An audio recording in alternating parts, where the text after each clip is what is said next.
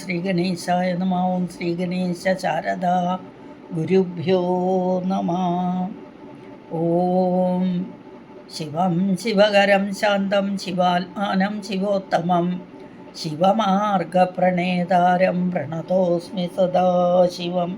ഹര ഹര മഹാദേവ സർവമംഗളമാംഗല്യേ ശിവേ സർവാർത്ഥസാധികേ ശരണ്യേ ത്രംബകേ ഗൗരി നാരായണി നമോസ്തുതേ. ഓം ശ്രീ മഹാദേവ്യൈ നമ. ഓം ശ്രീ മഹാത്രിപുരസുന്ദര്യൈ നമ. ഹരി ഓം. ശ്രീ ശങ്കരാചാര്യ വിരചിതം സൗന്ദര്യലഹരി സ്തോത്ര പഠന പരമ്പരയിലേക്ക് എല്ലാവർക്കും സുസ്വാഗതം, സുദിനം നേരുന്നു. കഴിഞ്ഞ ക്ലാസ്സിൽ നമ്മൾ 16 17 ശ്ലോകമാണ് പഠിച്ചത്. ഇന്ന് നമുക്ക് പഠിക്കേണ്ട ശ്ലോകങ്ങൾ 18 19. 18ാമത്തെ ശ്ലോകം തനുച്ഛായാവിസ്തേ തരുണതരണി ശ്രീസരണിഭിഃ ദിവം സർവാമുർവീം അരുണിമനിമഗ്നാ സ്മരതിയഃ ഭവന്ത്യസ്യത്രസ്യദ്വനഹരിണശാലീനനയനാഃ സഹോർവശ്യാവശ്യാഃ കതി കതിന ഗീർവാണഗണികാഃ മുഖം ബിന്ദും കൃത്വാ കുചയുഗമതസ്തസ്യ തതഥോ ഹരാർത്ഥം ധ്യായേദ്യോ പഹരമഹിഷിതേ മന്മഥകലാം സസദ്യ സംക്ഷോഭം നയതി വനിതാ ഇത്യധിലഘോ ത്രിലോകീമപ്യാശു ഭ്രമയതി രവീന്ദുസ്തനയുഗം.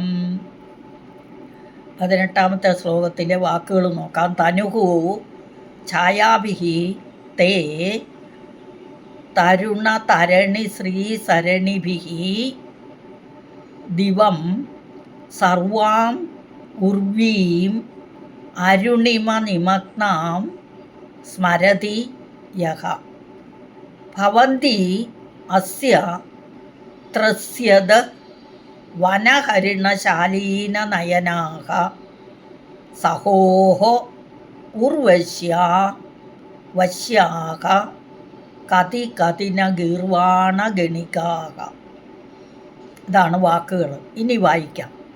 തനുച്ഛായാഭിസ്തേ ഛായാഭിഃ തേ.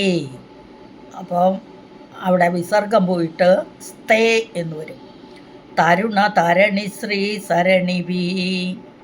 അവിടെ ഒന്നുകിൽ സരണിഭിഃ എന്ന് പറഞ്ഞ് വിസർഗം ഇട്ടിട്ട് പിരിക്കാം, അല്ലെങ്കിൽ ശ്രീസരണിഭിർദിവം ഈർ ചേർത്തിട്ട് ദിവം പറയാം. തനുച്ഛായാഭിസ്തേ തരുണതരണി ശ്രീസരണിഭിർദിവം എന്ന് വായിക്കാം. സർവാമുർവീം അരുണിമനിമഗ്നാം സ്മരതി യഃ ഭവന്ത്യസ്യത്രസ്യദ്വനഹരിണശാലീനനയനാഃ സഹോർവശ്യാവശ്യാഃ കതി കതിന ഗീർവാണഗണികാഃ. തനുച്ഛായാഭിഃ തേ. തേ എന്ന് പറഞ്ഞാൽ അങ്ങയുടെ നിന്തിരുവടിയുടെ, ഇവിടെ ദേവി ആയതുകൊണ്ട് നിന്തിരുവടിയുടെ ദേവിയുടെ തനുച്ഛായ. ഛായ എന്ന് പറഞ്ഞാൽ ഇവിടെ ശോഭ, കാന്തി എന്നൊക്കെ അർത്ഥം. തനു എന്ന് പറഞ്ഞാൽ ശരീരം, മൂർത്തി, വിഗ്രഹം. അപ്പം ദേഹകാന്തികളാൽ, ദേവിയുടെ ദേഹകാന്തികളാൽ തരുണതരണി ശ്രീസരണിഭിഃ ദിവം. അതായത് തരുണതരണി, തരുണൻ ബാലൻ, ബാലാദിത്യൻ്റെ. തരണി ശ്രീസരണിഭിഃ എന്ന് പറഞ്ഞാലോ ബാലാദിത്യൻ്റെ ശോഭയുടെ സൗഭാഗ്യത്തോടു കൂടിയ ദിവം. ദിവം എന്ന് പറഞ്ഞാൽ ആകാശം. അപ്പോൾ ബാലാദിത്യൻ്റെ, ബാലസൂര്യൻ്റെ, ഉദിച്ചു വരുന്ന സൂര്യൻ്റെ ശോഭയുടെ സൗഭാഗ്യത്തോടു കൂടിയ ആകാശത്തെയും സർവാം ഉർവീം. ഉർവി എന്ന് പറഞ്ഞാൽ ഭൂമിയുടെ പര്യായമാണ് ഉർവി. സർവ എന്ന് പറഞ്ഞാൽ എല്ലാം, സമസ്തവും. അപ്പോൾ സമസ്ത ഭൂമിയെയും എന്നർത്ഥം. ബാലസൂര്യൻ്റെ ശോഭയുടെ സൗഭാഗ്യത്തോടു കൂടിയ ആകാശത്തെയും സമസ്തമായ ഭൂമിയെയും സർവാമുർവീം അരുണിമ നിമഗ്നാം. അരുണിമ എന്ന് പറഞ്ഞാൽ സിന്ദൂരാരുണ വിഗ്രഹം, ചുവന്ന നിറം അല്ലേ. അപ്പം ആ ചുവന്ന ഭംഗിയിൽ കാന്തിയിൽ നിമഗ്നാം, നിതരാം മഗ്നാം നിമഗ്നാം. മഗ്നം എന്ന് പറഞ്ഞാൽ മുങ്ങിയതായിട്ട്, മുഴുകിയതായിട്ടെന്നൊക്കെ അർത്ഥം. ധ്യാനത്തിൽ മുഴുകിയിരിക്കുക എന്ന് പറഞ്ഞാൽ ധ്യാന നിമഗ്നഹ എന്ന് പറയും. അപ്പോൾ യാതൊരുവനാണ് സ്മരതി യഹ എന്ന് പറഞ്ഞാൽ യാതൊരുവൻ, സ്മരതി എന്ന് പറഞ്ഞാൽ ധ്യാനിക്കുന്നു, സ്മരിക്കുന്നു, ഓർക്കുന്നു എന്നൊക്കെ അർത്ഥം. അപ്പം ചുവന്ന കാന്തിയിൽ മുങ്ങിയതായി യാതൊരുവൻ ധ്യാനിക്കുന്നുവോ, അപ്പം മുകളിൽ പറഞ്ഞ തരത്തിലുള്ള ദേവിയെ യാതൊരുവൻ ധ്യാനിക്കുന്നുവോ, അസ്യ ഭവന്തി, അവന് ഭവിക്കുന്നു. എന്താ ഭവിക്കുന്നത്?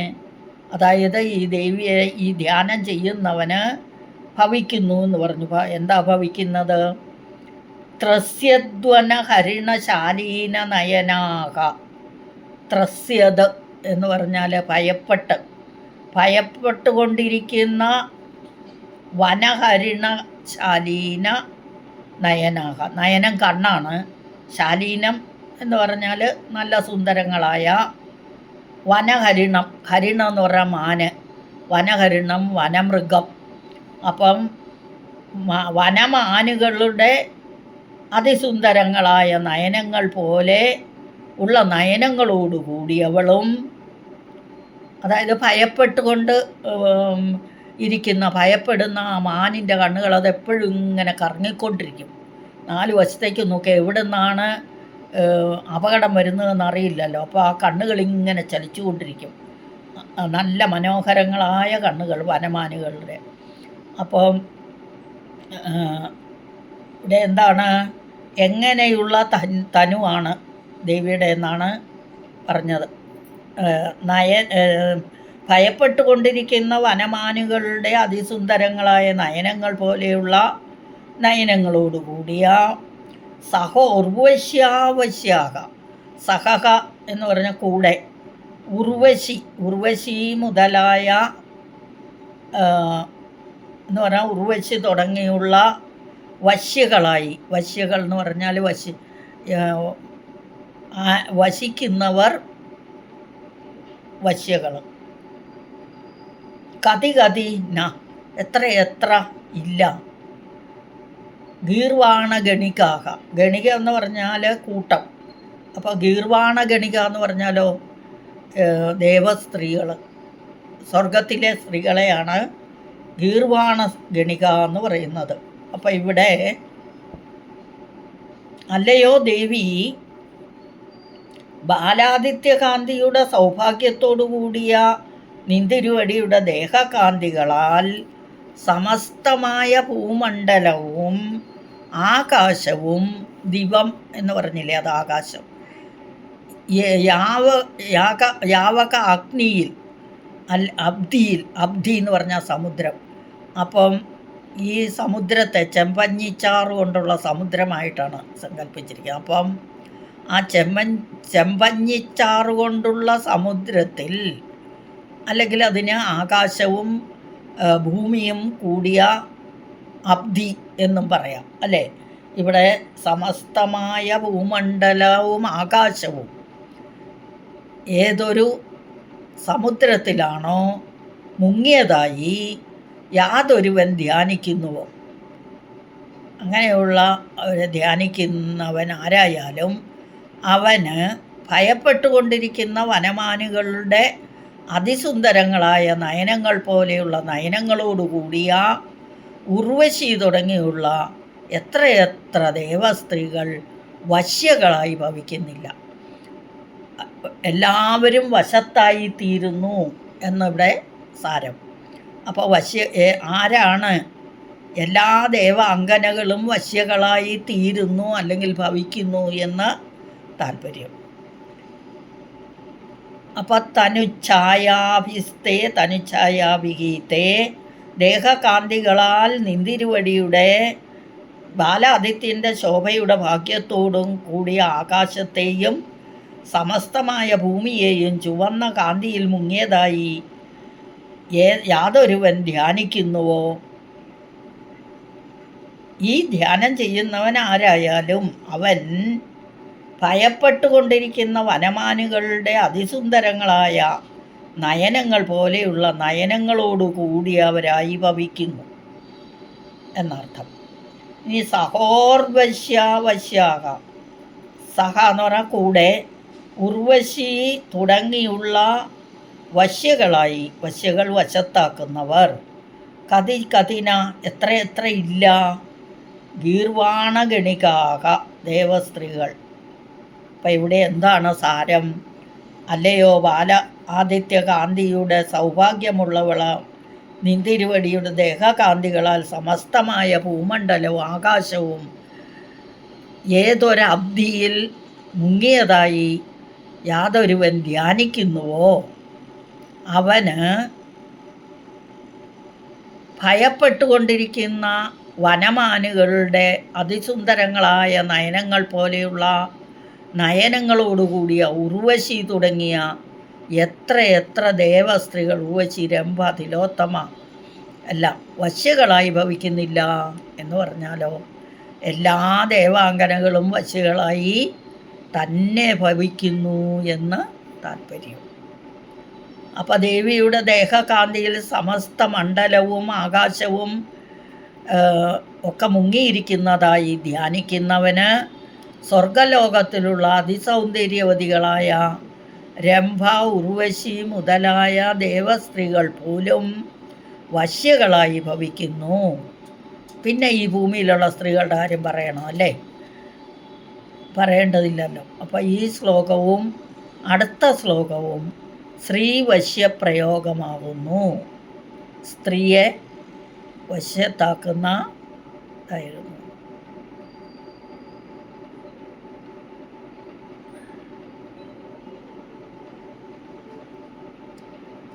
ഈ ശ്ലോകം സ്ത്രീവശ്യപ്രയോഗം എന്നുള്ള ഇതാണ്.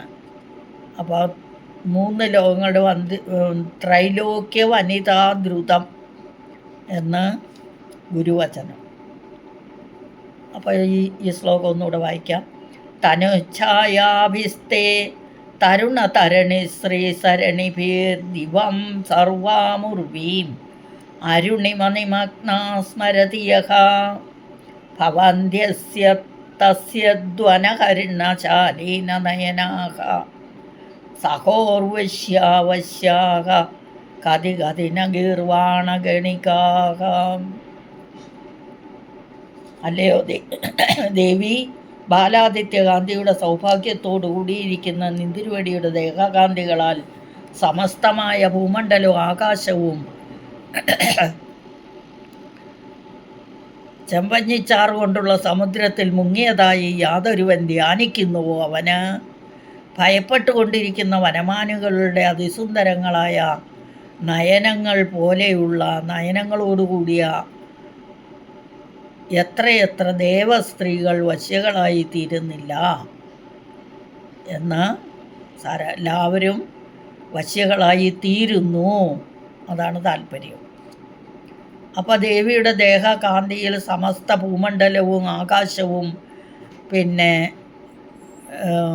അരക്കുകുഴമ്പിൽ മുങ്ങിയിരിക്കുന്നതായി ധ്യാനിക്കുന്നവന് സ്വർഗലോകത്തിലുള്ള അതിസൗന്ദര്യവതികളായ രംഭ, ഉർവശി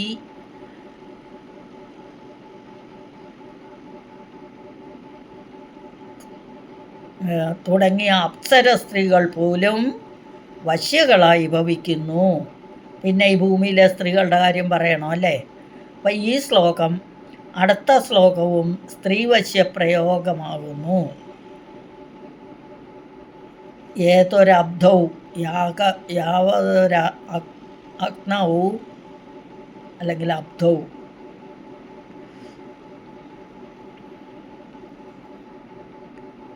ഇവിടെ അടുത്ത 2 ശ്ലോകങ്ങളും സ്ത്രീവശ്യപ്രയോഗമാണ്. അപ്പോൾ ഏതൊരബ്ധിയിലാണോ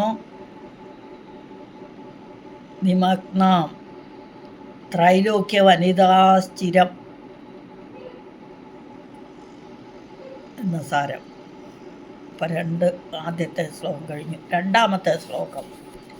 മുഖം ബിന്ദും കൃത്വ കുചയുഗം അധഃ തസ്യ തത് അധഃ ഹരഃ അർത്ഥം ഹരാർത്ഥം ധ്യായേത് അദ്യ ഹരമഹിഷി തേ മന്മഥകലാം സ സദ്യഃ സംക്ഷോഭം നയതി വനിതാ ഇതി അതിലഘു ത്രിലോകീം അപ്യാശു ആണ് അപ്യാശു. അപ്പം ത്രിലോകീം ആശു ഭ്രമയതി രവീന്ദുസ്തനയുഗം. രവിയും ഇന്ദുവുമാകുന്ന 2 സ്ഥലങ്ങൾ. ഇനി നമുക്ക് ഈ ശ്ലോകത്തിൻ്റെ അർത്ഥം നോക്കാം. മുഖം ബിന്ദും കൃത്വ, മുഖത്തെ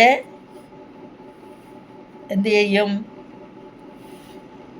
ബിന്ദുസ്ഥാനത്തിൽ കണ്ടിട്ട്, അല്ലെങ്കിൽ ബിന്ദുസ്ഥാനത്തിൽ മുഖത്തെയും കുചയുഗം, കുചം എന്ന് പറഞ്ഞ സ്തനയുഗളങ്ങൾ അധസ്തസ്യ മുഖത്തിൻ്റെ അധോഭാഗത്തിൽ, അതായത് കഴുത്തിൻ്റെ ഭാഗത്തിൽ, തദധഃ കുചയുഗത്തിൻ്റെയും അധോലോകത്തിൻ്റെയും ഹരാർത്ഥം, ത്രികോണം എന്നർത്ഥം. ഹരാർത്ഥം അല്ലെങ്കിൽ യോനി എന്നും പറയാം. ധ്യായേത് അദ്യ. അപ്പം യാതൊരുവൻ ഇങ്ങനെയുള്ള ഭഗവാനെ ധ്യാനിക്കുന്നുവോ, ഹരമഹിഷി, അതായത് സദാശിവ ജായ, സദാശിവൻ്റെ ജായയായിട്ട്. അപ്പം ഹരമഹിഷി തേ മന്മഥകലാം,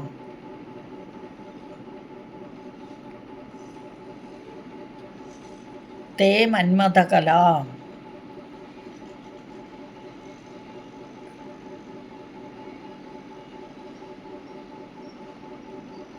അപ്പം ഇവിടെ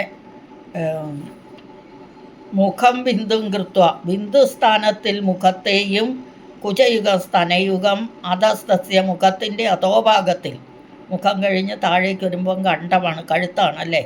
അപ്പോൾ ആ കഴുത്തിൽ തദധഃ എന്ന് പറയുക, അതിൻ്റെ താഴെ, ആ കുചയുഗത്തിൻ്റെയും താഴെ ഹരാർത്ഥം, ഹരൻ്റെ അർത്ഥമെന്നും എടുക്കാം, ഹരാർത്ഥം എന്ന് പറയാം, ത്രികോണം എന്നും എടുക്കാം, യോനി എന്ന് പറയും. ധ്യായേത് യഹ, ഏതൊരുവൻ ധ്യാനിക്കുന്നുവോ, ഹരമഹിഷി സദാശിവജായ, അതായത് പാർവതീദേവി, തേ ജന്മഥകലാം, നിന്തിരുവടിയുടെ കാമരാജബീജത്തെ, സഹ സദ്യ, സദ്യ എന്ന് പറഞ്ഞാൽ പെട്ടെന്ന്, അല്ല ഉണ്ണുന്ന സദ്യ അല്ല കേട്ടോ, അവൻ വേഗത്തിൽ സംക്ഷോഭം നയതി, മനോവികാരത്തെ പ്രാപിക്കുന്നു.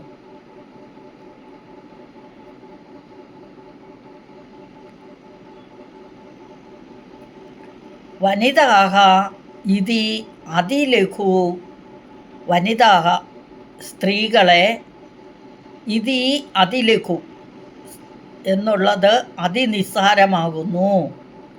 ത്രിലോകീമപി, ത്രിലോകി എന്ന സ്ത്രീയെയും കൂടി, അല്ലെങ്കിൽ 3 ലോകത്തെയും കൂടി, ആശുഭ്രമയതി വേഗത്തിൽ ശമിപ്പിക്കുന്നു, അല്ല ഭ്രമിപ്പിക്കുന്നു. അതായത് ഭഗവാനാണ് നമ്മൾക്കൊക്കെ ഓരോ ഇത് തന്നിട്ട് നമ്മളെ കൊണ്ടെല്ലാം ചെയ്യിപ്പിക്കുന്നു. അപ്പോൾ വേഗത്തിൽ ഭ്രമിക്കുന്നു. സൂര്യചന്ദ്രന്മാരാകുന്ന 2 സ്ഥലങ്ങളോടും കൂടിയ, അല്ലയോ പരമശിവ മഹർഷി, മഹിഷിയാണ്, മഹർഷിയല്ല, മഹിഷി, മഹിഷം പോത്ത്, മഹിഷി അതിൻ്റെ സ്ത്രീലിംഗം. ബിന്ദുസ്ഥാനത്തിൽ സാധ്യയായ കാമിനിയുടെ മുഖത്തെയും അധോഭാഗത്തിൽ 2 സ്ഥലങ്ങളുടെ അതിൻ്റെ അധോഭാഗത്തിൽ യോനിയെയും മുഖസ്തനയുഗ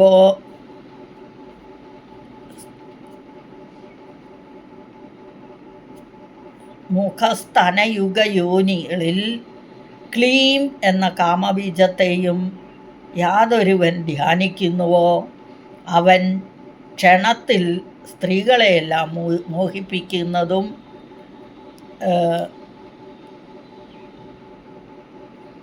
സൂര്യചന്ദ്രന്മാരാകുന്ന 2 സ്തനങ്ങളോടുകൂടിയ ത്രിലോകി എന്ന ദേവിയെയും കൂടി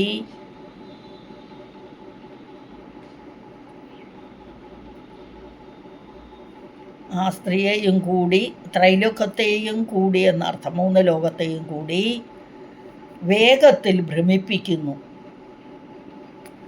അതായത് ഈ സാധന ചെയ്യുന്ന സാധകൻ ത്രികോണാത്മകമായ ത്രികോണമായ ബിന്ദുസ്ഥാനത്തിൽ സാധ്യയായ കാമിനിയുടെ മുഖത്തോടും അതിൻ്റെ അധോഭാഗത്തിൽ അവളുടെ സ്തനയുഗത്തെയും സ്തനയുഗത്തിൻ്റെ അധോഭാഗത്തിൽ അവളുടെ യോനിയെയും ധ്യാനിച്ചിട്ട്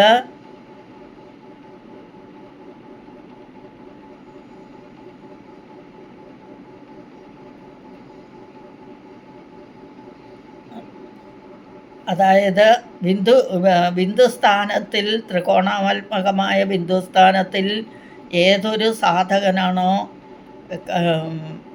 കാമിനിയുടെ മുഖത്തെയും അതിൻ്റെ അധോഭാഗത്തിൽ അവളുടെ വസ്ത്രത്തെയും അവളുടെ സ്തനയുഗത്തെയും അധോഭാഗത്തിൽ അവളുടെ യോനിയെയും ധ്യാനിച്ചിട്ട് മുഖസ്തന മധ്യയോനികളിൽ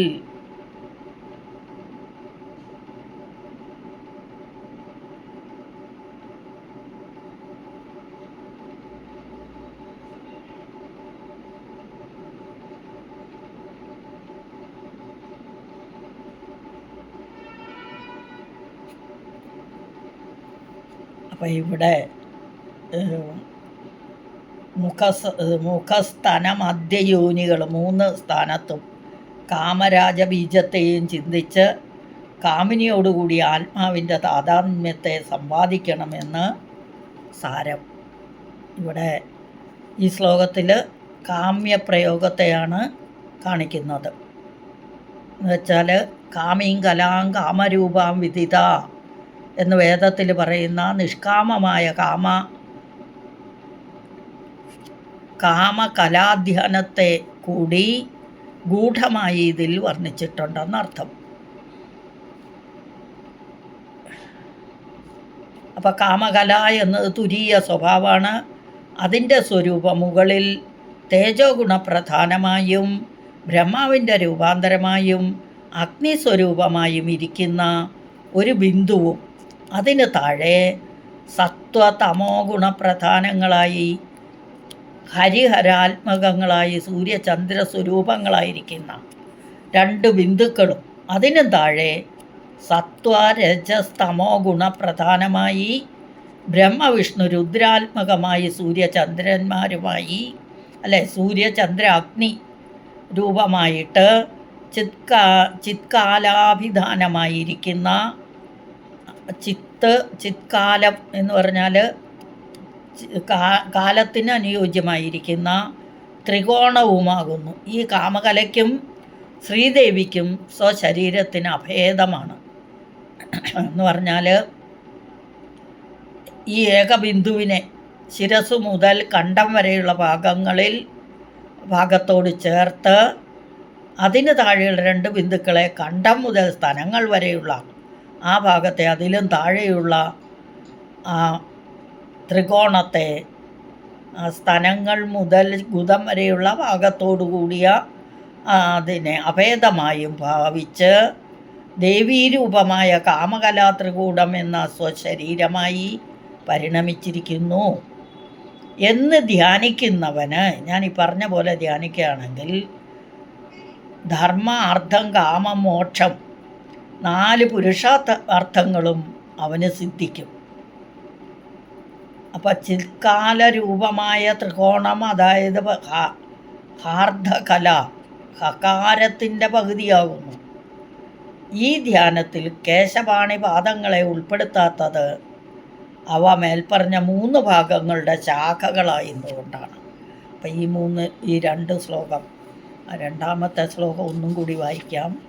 മുഖം ബിന്ദും കൃത്വാ കുചയുഗമതസ്തസ്യ തതതോ ഹരാർത്ഥസ്ധ്യായേഭ്യോ ഹരാർത്ഥം ധ്യായേഭ്യോ ധ്യായക അദ്യ എന്നാണ്. ധ്യായേദ്യോ അദ്യ ധ്യായേത് അദ്യഹ വിസർഗം അവിടെ പോയിട്ട് ഓകാരം വരും.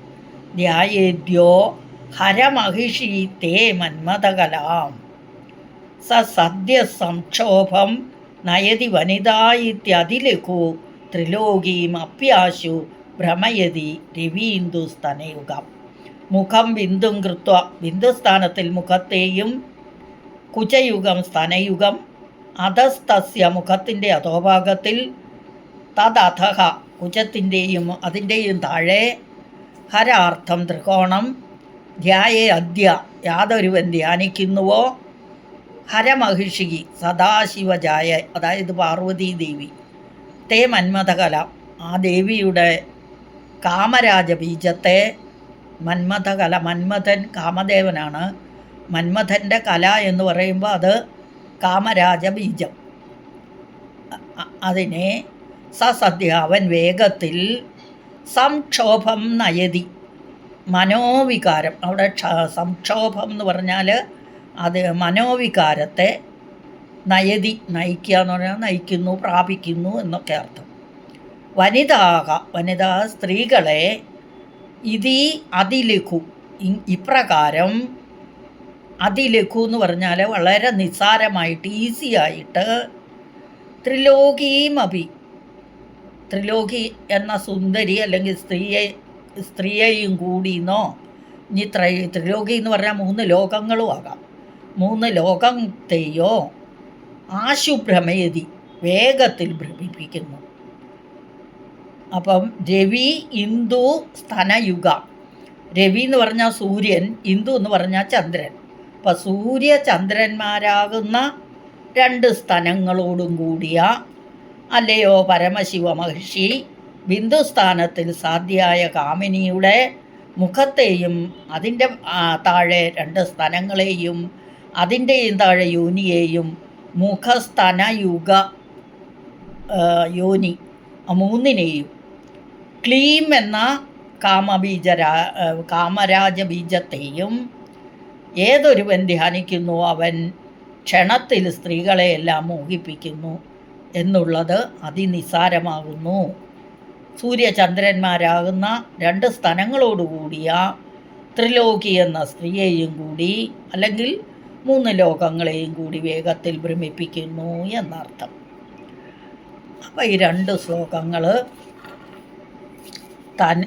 തനുഛായാഭിസ്തേ തരുണതരണി ശ്രീസരണിഭിഃ ദിവം സർവാമുർവീം അരുണിമനിമഗ്നാ സ്മരതിയഃ ഭവന്ത്യസ്യ ഉർവീമരുണിമനിമഗ്നം ഒന്നിച്ചും ചൊല്ലാം.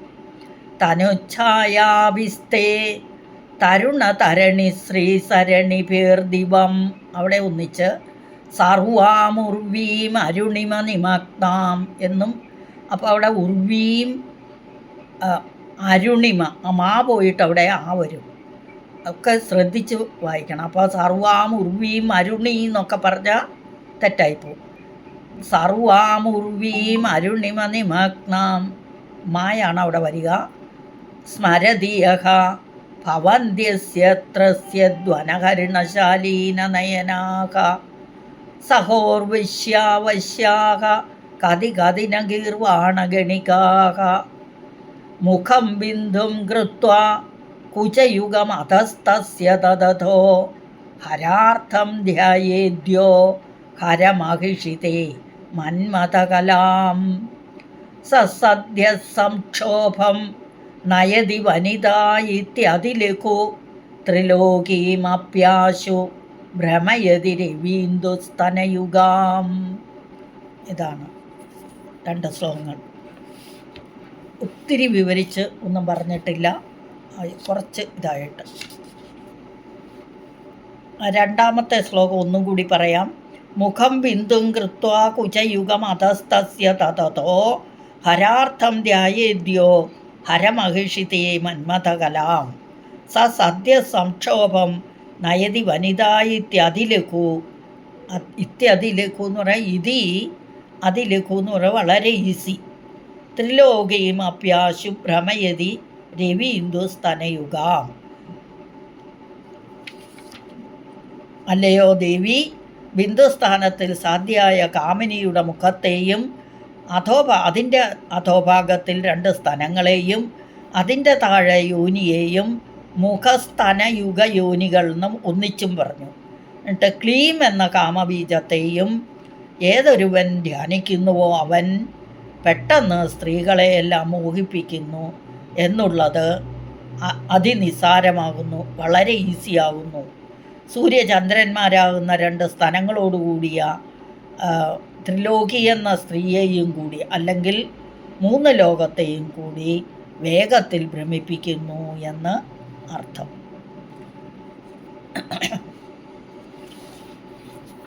ഇതോടുകൂടി നമുക്ക് ഇന്നത്തെ ക്ലാസ് സമാപിപ്പിക്കാം. അടുത്ത ക്ലാസ്സിൽ വരും വരേക്കും ഹരി ഓം. അമ്മേ നാരായണ. സകലം ശ്രീദേവ്യാർപ്പണമസ്തു. അപരാധസഹസ്രാണി ക്രിയന്തേ ഹർനിശമ്മയാ ദാസോയമിതി മാമത്വ ക്ഷമസ്വ പരമേശ്വരി.